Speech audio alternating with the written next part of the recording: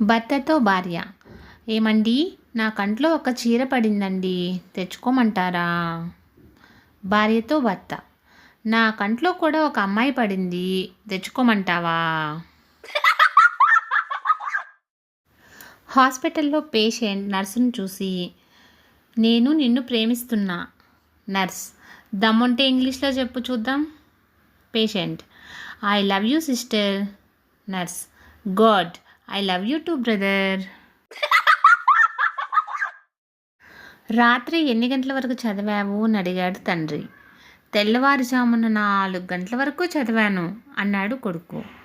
తెల్లవార్లు current లేదుగా, ఎలా చదివావు అని అడిగాడు తండ్రి.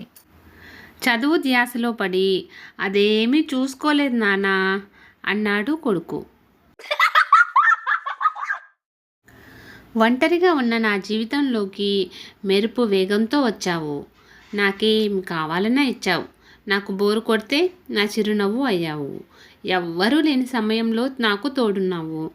కోపంలో నిన్ను కొడితే తట్టుకున్నావు. నిన్ను నా వాళ్ళు తిడుతున్నా మౌనంగా ఉన్నావు. ఇన్ని చేసినా నీకు ఏమిచ్చి రుణం తీర్చుకోవాలి? కొంచెం ఛార్జింగ్ పెట్టి 3 నెలలకు ఒక్కసారి రీఛార్జ్ చేయడం తప్ప. ఫ్రెండ్స్, ఇలాంటి మరిన్ని వీడియోస్ కోసం సన్ పాజిటివ్ థాట్స్ ఛానల్ను సబ్స్క్రైబ్ చేసుకొని సపోర్ట్ చేయండి. వీడియో నచ్చితే లైక్ చేసి షేర్ చేయండి.